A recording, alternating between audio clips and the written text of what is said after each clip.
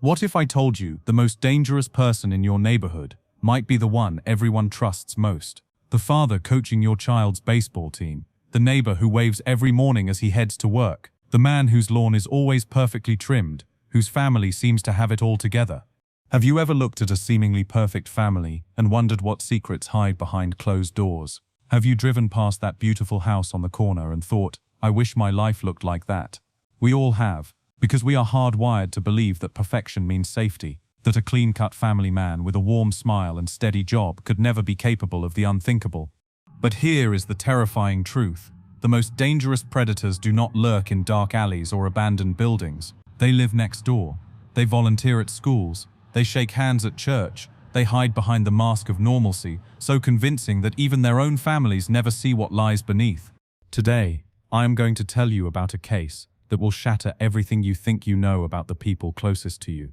This is the story of Victor Halvorsen, a man who fooled an entire town for years. A man whose double life was so carefully constructed that when it finally collapsed, it took an innocent woman's life with it. If stories like this fascinate you, hit that subscribe button right now, because this case will change how you see your own neighbors forever. Silver Pines, Oregon, population 8,412. The kind of small town where everyone knows everyone, where doors are left unlocked and children ride their bikes until the streetlights come on. Cedar Lane sits in the heart of this community, lined with well-maintained homes and mature oak trees that turn brilliant gold every autumn. At number 47, Cedar Lane stood a blue craftsman house that neighbors often pointed to with admiration. That is what I want for my family, they would say. The yard was immaculate. The paint was fresh. The mailbox bore the name Halvorsen in neat black letters. Victor Halvorsen seemed to embody everything a community could want in a neighbor. At 38 years old, he was the father who never missed a Little League game, cheering loudest when his son Oliver stepped up to bat. He volunteered at the public library every Saturday morning, reading stories to wide-eyed children who hung on his every word. When the elderly Mrs. Patterson next door needed her gutters cleaned, Victor was there with his ladder and a smile. His wife Marissa worked as a nurse at Silver Pines Medical Clinic, where patients specifically requested her gentle care. Their daughter Lena, 16 years old, made honor roll every semester. 10-year-old Oliver was the kid every parent wanted their child to befriend. Polite, well-behaved, genuinely kind. But perfection is not real. It never is. And in the case of Victor Halvorsen, perfection was not just an illusion, it was a weapon. Because what Victor's family, friends and neighbors did not know was that their beloved family man was living a secret so dark, so carefully hidden, that when the truth finally emerged, it would destroy everything they thought they knew about trust, safety, and the very nature of evil itself. To truly understand what happened in Silver Pines, you need to see the Halvorsen family through the eyes of their community. They were not just neighbors, they were the gold standard that others measured themselves against. Victor stood 6 feet tall, with sandy brown hair that he kept neatly trimmed. His handshake was firm, his eye contact steady. When he spoke at town council meetings about code playground safety or youth programs, people listened. He had a way of making everyone feel heard, valued. At Little League games, he was the coach who never raised his voice, who pulled struggling players aside for quiet encouragement rather than public criticism. Mr. Halvorsen helped Tommy with his swing for 20 minutes after practice. One mother told another in the bleachers. My son finally hit his first home run last week because of him. Marissa Halvorsen possessed the kind of gentle strength that made her perfect for nursing. At 42 years old, she had warm brown eyes and prematurely gray hair that she wore in a practical ponytail. Patients at the clinic often requested her specifically. She remembered details, asking about a grandchild's birthday, inquiring about a job interview, bringing homemade cookies to the overnight staff during the holidays. Her colleagues saw her as the anchor of the family. Marissa kept everyone organized, Dr. Rebecca Mills would later recall. She managed Victor's schedule, the kids' activities, volunteer commitments. She was the kind of person who made everything look effortless. Lena Halvorsen was 16 and fiercely intelligent. She had inherited her father's height and her mother's eyes, but possessed a sharp wit entirely her own. Teachers praised her analytical thinking. She wrote for the school newspaper, played violin in the orchestra, and tutored younger students in mathematics. Her bedroom walls were covered with acceptance letters from debate camps and academic programs. Yet Lena was also observant in a way that made adults slightly uncomfortable. She noticed things others missed, The way conversations stopped when she entered rooms, how her father sometimes forgot which stories he had already told. She kept a journal, filling pages with observations about the world around her. Oliver, 10 years old, was everyone's favorite child. He had Victor's easy smile and Marissa's compassionate nature. At school, he befriended the lonely kids, shared his lunch with classmates who forgot theirs, and never complained about chores at home. His teachers called him wise beyond his years, a quality that would prove both blessing and burden in the months to come. The family attended St. Mark's Lutheran Church every Sunday, sitting in the third pew from the front. Victor led the annual food drive. Marissa organized the women's auxiliary. The children participated in youth group activities with genuine enthusiasm, not the reluctant compliance most teenagers displayed. Their home reflected this harmony. The living room featured family photographs spanning nearly 2 decades, camping trips, birthday parties, Christmas mornings filled with laughter. Marissa's herb garden thrived in the backyard. Victor's workshop in the garage was meticulously organized, tools hanging in perfect rows. But even in this carefully curated perfection, small cracks existed for those who knew where to look. Victor sometimes forgot to respond when people called his name. Marissa occasionally seemed tired in a way that sleep could not fix. Lena asked questions that made adults change the subject quickly. Oliver clung to his parents just a little too tightly, as if afraid they might disappear. The neighbors saw a family that had it all together. What they could not see was the foundation slowly weakening beneath the surface. Tiny fractures spreading through what appeared to be solid ground. The first crack appeared on a Tuesday evening in March. Marissa sat at the kitchen table, watching the clock tick past 9:30. Victor had promised to be home by 7 for Oliver's science project presentation. She had reheated dinner twice, making excuses to their son about Daddy's important work meeting running late. When Victor finally walked through the door at 10:15, his explanation came too quickly. Traffic backup on Highway 12, massive accident, cars everywhere. But Marissa had checked the traffic reports. No accidents, no delays. She did not confront him that night, or the next week when he claimed car trouble kept him out until midnight, or the time after that when he said he had stopped to help a stranded motorist. Marissa was a nurse. She knew the difference between truth and fabrication, but she also knew her husband, or thought she did. Maybe he is just stressed about work, she wrote in her own private notebook, trying to convince herself. But Lena noticed everything. From her bedroom window, she watched her father sit in his car for 10 minutes every night before coming inside, checking his phone, looking over his shoulder. She started documenting these moments in her journal. March 18th. Dad sat in driveway for 12 minutes, kept looking at something on his phone. When he came in, he went straight to shower, even though he showers in the morning. March 22nd, heard Dad on phone in garage at 11 p.m. Could not make out words, but voice sounded different. Angry maybe? Scared? March 27th, Dad forgot he already told us about the Henderson account at dinner last week. Told exact same story tonight. Mum noticed too, got that look on her face. Lena had inherited her father's analytical mind, but she was using it to study him like a puzzle with missing pieces. She noticed how he startled when the phone rang, how he kept his cell phone face down during meals, how he had started double-checking locks on doors and windows before bed. The changes were subtle but consistent. Victor, who used to leave his laptop open on the kitchen counter, now carried it everywhere. He began asking indirect questions about everyone's schedules. "What time does your shift end tomorrow, honey?" he would ask Marissa, though he had never needed to track her hours before. Oliver felt the shift too, though he could not name it. His father seemed distracted during their bedtime stories, often stopping mid-sentence, as if his mind had wandered somewhere else entirely. When Oliver asked questions, Victor would blink rapidly, refocus, then give answers that did not quite match what they had been discussing. "Is Daddy okay?" Oliver asked Marissa one morning while Victor was in the shower. "Of course, sweetie. Why would you ask that? He seems different, like he is thinking about something sad all the time." Marissa forced a smile. Daddy just has a lot on his mind with work. But she had started paying closer attention too. She noticed Victor checking the rearview mirror more often when they drove together. She found receipts in his pockets for gas stations she had never heard of, in towns she could not place. When she asked about them, he would pause just a beat too long before explaining. The family dinners that once buzzed with conversation grew quieter. Victor would stare out the window while others talked, his jaw tight, fingers drumming against his leg. When anyone asked direct questions about his day, his responses became vague. "How was the Morrison meeting?" Marissa might ask. "Fine, good. You know how these things go." But she did not know. Victor used to share details about his work, complaining about difficult clients or celebrating successful deals. Now he offered nothing. Lena's journal entries grew longer, more detailed. April 3rd. Dad jumped when neighbor Mr. Patterson honked his horn. Actually jumped like someone had grabbed him. Tried to play it off as a joke, but hands were shaking. April 7th. Found Dad standing at living room window at 2 a.m. Asked if he was okay. Said he thought he heard something outside. Went to look. Nothing there. The perfect family portrait was developing cracks that could not be hidden much longer.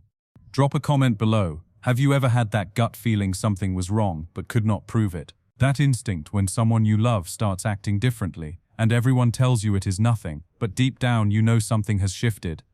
20 miles east of Silver Pines sits Ashbrook, a mid-sized city where anonymity comes easy and questions are rarely asked. In a narrow apartment above Henderson's pawn shop on 5th Street, a different version of Victor Halvorsen lived and breathed.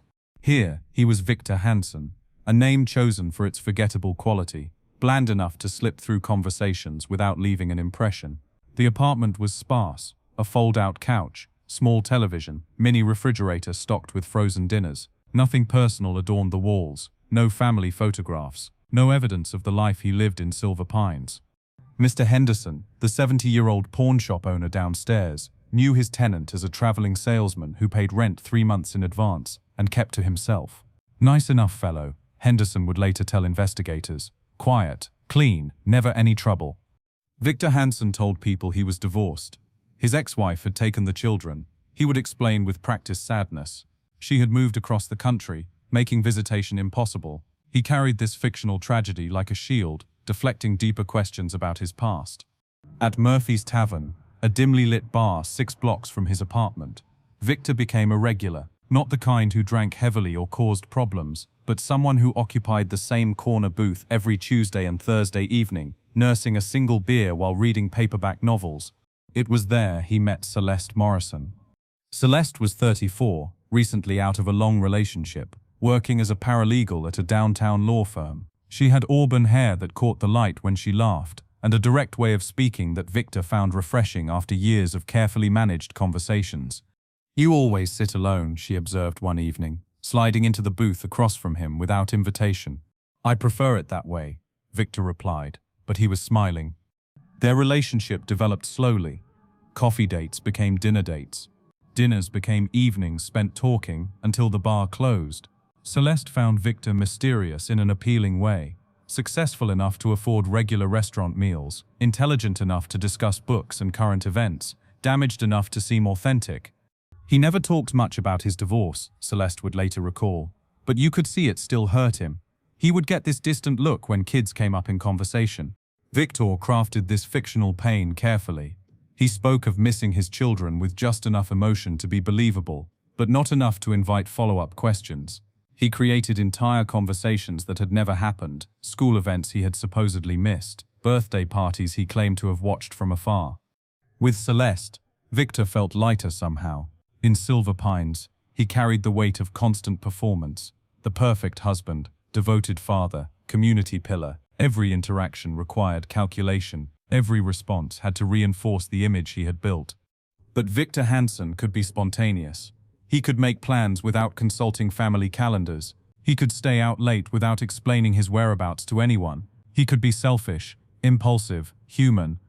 The psychological toll of maintaining 2 separate identities might have broken a weaker man. But Victor possessed an almost supernatural ability to compartmentalize. When he drove from Silver Pines to Ashbrook, he was not just changing locations, he was changing personalities entirely.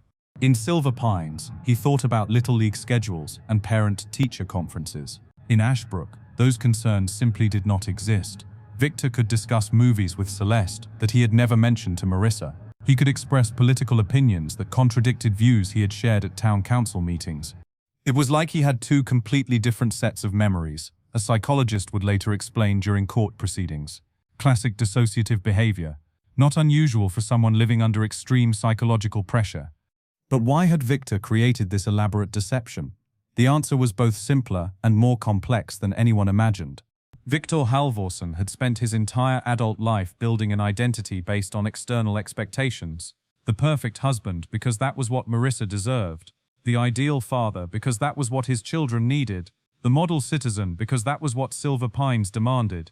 He had never asked himself what he wanted, what made him happy, what kind of life he might choose if nobody was watching. Victor Hansen was his answer to that question. Not a better version of himself, but perhaps a more honest one. A man who could admit to loneliness, uncertainty, fear. A man who could fail without disappointing anyone who mattered. The tragedy was that Victor had created a solution that required destroying everything he claimed to love. He could not be Victor Hansen without betraying Victor Halvorsen. He could not find freedom without abandoning responsibility. For 18 months, he managed to maintain this impossible balance. But secrets have weight, and lies require constant energy to sustain. Eventually, something had to give. By late spring, Victor Halvorsen was no longer sleeping.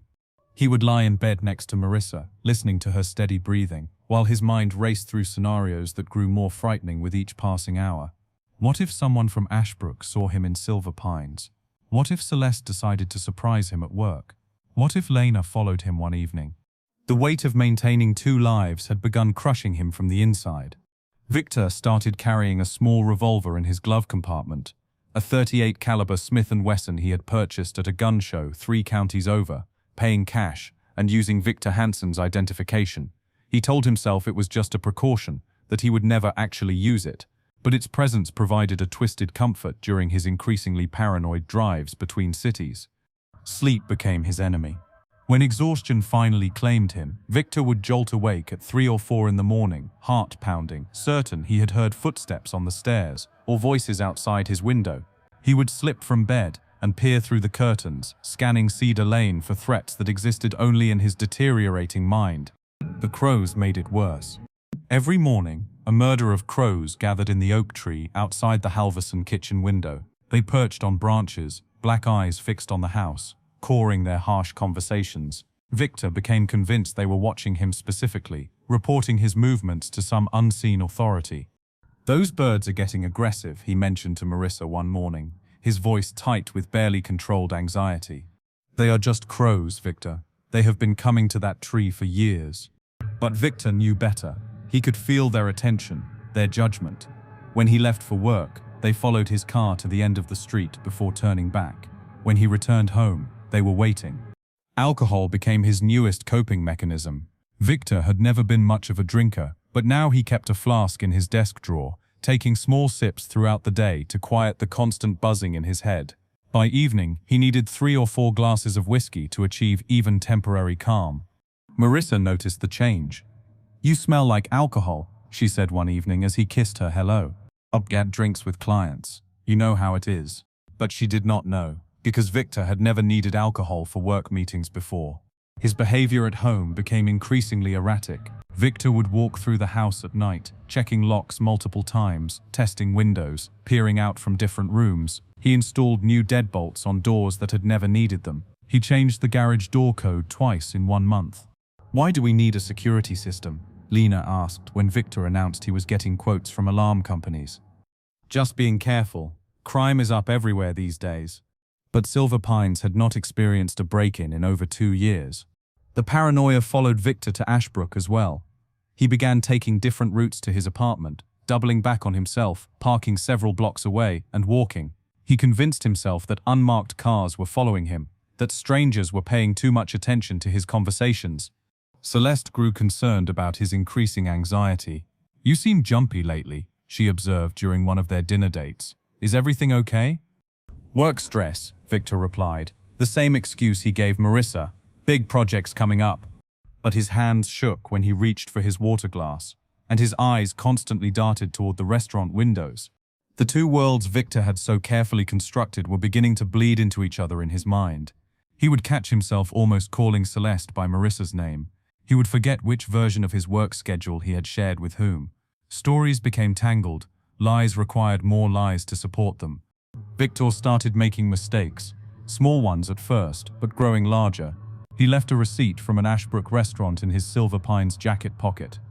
He answered his phone as Victor Hansen while sitting in his family's living room. He told Oliver about a movie he had supposedly seen with co-worker, then realized he had actually watched it with Celeste.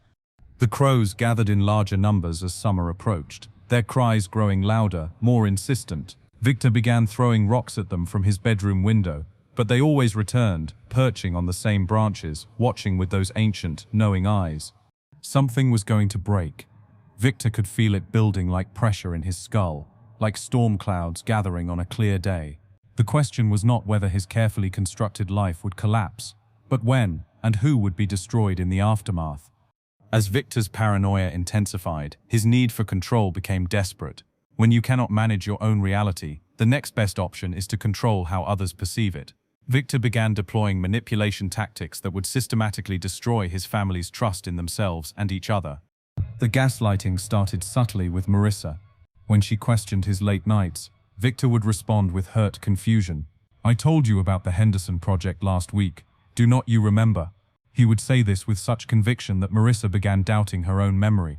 "Maybe I forgot," she would apologize, though she knew he had never mentioned any Henderson project. Victor escalated these tactics methodically. He would move small items around the house, Marissa's reading glasses, her car keys, important papers, then act concerned when she could not find them. "You have been so stressed lately, honey. Maybe you should see Dr. Williams about your memory." When Marissa suggested counseling for their marriage, Victor's response was calculated manipulation. "You think I am crazy? After everything I do for this family?" He would list his contributions, coaching Oliver's team, volunteering at the library, working long hours to provide for them. "If you cannot appreciate what you have, maybe the problem is not with me." The children became unwitting weapons in Victor's psychological warfare. He lavished attention on Oliver, taking him on special outings while pointedly excluding Lena and Marissa. "Your mother is going through something," he would tell his son during these private moments. "She needs space to figure herself out." Oliver, desperate for his father's approval, began parroting these messages. "Maybe Mom does need space," he would say when Marissa seemed upset. "Dad says she is stressed." Lena proved more resistant to manipulation, which made her a target. Victor began undermining her observations with patience that felt more threatening than anger. "Sweetheart, you have such an active imagination. Maybe you should write fiction instead of keeping that journal." When Lena mentioned her father's odd behavior to her mother, Victor would turn the conversation back on her. "Are you encouraging our daughter to spy on me, Marissa? What kind of family dynamic are we creating here?" The basement door became Victor's most powerful symbol of control. He had always kept it locked, claiming safety concerns about the steep stairs, but now he made a performance of checking the lock multiple times each day, ensuring his family witnessed this ritual. "What is down there, Dad?" Oliver asked one evening. "Just storage, old boxes, nothing interesting." But Victor's hand moved protectively to the key hanging around his neck. "Some things are better left alone." The locked door represented everything the family could not access about Victor. His thoughts, his motivations, his secrets. It stood as a constant reminder that their father and husband maintained private spaces they were not allowed to enter. Marissa began walking on eggshells, second-guessing every concern before voicing it. Lena stopped sharing her observations, retreating into her journal as her only safe space for truth. Oliver clung to his father's version of reality because it was the only one that earned him affection. Victor had successfully isolated each family member, making them doubt their own perceptions while positioning himself as the sole source of reliable information. This is how manipulation works, not through dramatic confrontations, but through gradual erosion of confidence and trust. These tactics are warning signs everyone should recognize. Share this video with someone who needs to see these warning signs. You might save a life. By summer's end, the Halverson family was no longer a unit.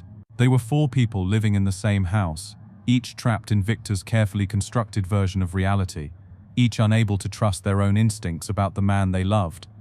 The basement door remained locked, but some secrets are too powerful to stay buried forever.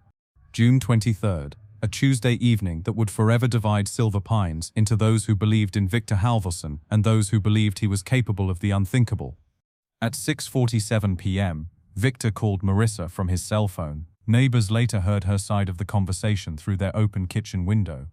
"I thought you were coming straight home tonight," Marissa said, her voice carrying a familiar edge of frustration. Oliver has been asking about you all afternoon. A pause. Then, another work dinner. Victor, we talked about this. The call lasted 3 minutes and ended with Marissa saying, "Fine, just do not wake me when you get home." What happened next depends entirely on whose version you believe. Victor's story was straightforward. He attended a client dinner at Romano's Italian Kitchen, discussing quarterly projections with the Morrison account team. He provided names, details, even showed investigators his credit card receipt timestamped at 8:32 p.m. After dinner, he drove straight home, arriving around 10:45. He found the front door unlocked, which struck him as odd. Marissa always secured the house before going to bed. He called her name.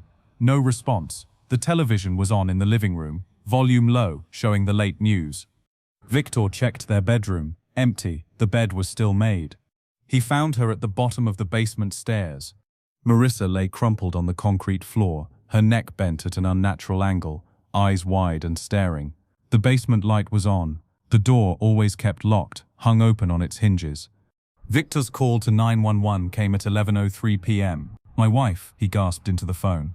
"I think she fell down the stairs. She is not moving. Please hurry." But the evidence told a more complicated story. Detective Sarah Chen arrived at 11:27 p.m., followed by the coroner and crime scene technicians. What they discovered raised immediate questions about Victor's account. The basement door showed signs of forced entry. Fresh scratches marked the wood around the lock mechanism. The key Victor claimed to keep around his neck was found on the kitchen counter, still attached to its chain. Marissa's injuries were consistent with a fall, but not necessarily an accidental one. Dr. Marcus Webb, the county coroner, noted defensive wounds on her forearms and hands. Her fingernails contained skin cells that did not match her DNA. Someone fought back, Dr. Webb would later testify. These injuries suggest Mrs. Halverson was trying to protect herself from an attacker. The basement itself revealed disturbing details. Behind stacks of storage boxes, investigators found a small workspace containing multiple cell phones, fake identification cards, and financial documents bearing different names. One ID card showed Victor's photograph with the name Victor Hansen. Neighbors provided conflicting accounts of that evening. Mrs. Patterson, who lived next door, reported hearing raised voices around 9:15 p.m. "It sounded like an argument," she told Detective Chen. "Not shouting, but intense talking. Then I heard a crash, like something heavy falling." But Mr. Crawford, who lived across the street, insisted he saw Victor's car leave the driveway at 7:10 p.m. and did not see it return until after 11. Victor's alibi crumbled under scrutiny. The Morrison account team confirmed he had attended their dinner, but restaurant staff could not verify his presence after 9 p.m. His credit card showed purchases at Romano's, but also at a gas station in Ashbrook at 9:43 p.m., impossible if he had remained at the restaurant. Cell phone records revealed the most damaging evidence. Victor had made 17 calls to Celeste Morrison between 8 and 10 p.m. that evening. The calls originated from cell towers in Ashbrook, not Silver Pines. When confronted with this information, Victor changed his story. He admitted to stopping in Ashbrook after dinner to clear his head before going home. He claimed he had been under stress and needed time to think. "Why did you not mention this before?" Detective Chen asked during his second interview. "I was in shock," Victor replied. "Finding Marissa like that, I was not thinking clearly." The community's reaction was swift and brutal. Half of Silver Pines refused to believe their beloved neighbor and coach could be capable of murder. They organized prayer vigils and started a legal defense fund. The other half felt betrayed and frightened. If Victor Halvorsen could fool everyone for years, who else might be hiding dangerous secrets? Celeste Morrison, when contacted by investigators, expressed shock and horror. "He told me he was divorced," she said through tears. "I had no idea he had a family. No idea any of this was real."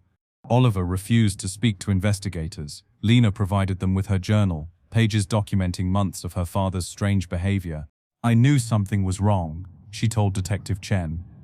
"But I never imagined it could lead to this." The trial of Victor Halvorsen began on October 14th, 8 months after Marissa's death. Silver Pines had never experienced anything like it. The courthouse overflowed with spectators, media crews, and residents desperate for answers. Prosecutor Jennifer Walsh presented a methodical case built on evidence and lies. She walked the jury through Victor's double life, his financial deception, his growing paranoia. She highlighted the forced basement door, the defensive wounds, the impossible timeline of his alibi. Victor Halvorsen lived a lie so elaborate that murder became his only option when that lie threatened to collapse. Walsh argued in her opening statement. He killed his wife to protect his secret, then manipulated his own children to cover his tracks. Defense attorney Michael Torres painted a different picture. His client was a man struggling with mental health issues, yes, but not a killer. The evidence was circumstantial. The basement door could have been damaged by Marissa herself, desperately trying to escape after falling. The defensive wounds could have occurred during her attempts to break free from debris. My client made mistakes, Torres acknowledged. He lived a double life that hurt his family, but making poor choices does not make someone a murderer. The prosecution's star witness was Lena Halvorsen. At 17, she had grown into a poised young woman whose intelligence and composure impressed everyone in the courtroom. She took the stand wearing a navy dress her mother had bought her for debate competitions. "Tell us about the locked basement door," Prosecutor Walsh prompted. "Dad always kept it locked," Lena replied, her voice steady. "He wore the key around his neck and checked the lock multiple times every day. It was like a ritual. He said it was for safety, but it felt like he was protecting something." "Did you ever question what might be behind that door?" "Every day. I wrote about it in my journal. I knew Dad was hiding something important down there, but I never imagined." Her voice faltered for the first time. "I never thought it would cost my mother her life." Torres cross-examined Lena gently, acknowledging her pain while questioning her interpretations. "Could your father have simply been cautious about a dangerous staircase?" "Maybe," Lena conceded, "but cautious people do not usually force their own basement doors open." Oliver never testified. At 11 years old, he remained loyal to his father, visiting him in jail, and insisting the whole thing was a terrible misunderstanding. Celeste Morrison's testimony devastated Victor's character. She described their relationship, his lies about being divorced, his increasing paranoia in the months before Marissa's death. "He seemed afraid of something," she said, "but he would never tell me what." After 6 weeks of testimony, the jury deliberated for 4 days. They returned hopelessly deadlocked, 6 voting guilty, 6 voting not guilty. The judge declared a mistrial. The prosecutor announced plans to retry the case, but Victor Halvorsen had other plans. 3 days before his second trial was scheduled to begin, he disappeared from Silver Pines. Authorities found his car abandoned at a truck stop near the California border. Victor was never seen again. The case taught Silver Pines painful lessons about trust and deception. Perfect families can hide devastating secrets. Charming neighbors can be dangerous strangers. Most importantly, when someone shows you who they really are, through small actions, odd behaviors, or gut feelings you cannot explain, believe them. What do you think? Was Victor guilty? Let me know in the comments, and do not forget to hit that like button if this case left you questioning everything you thought you knew about the people closest to you.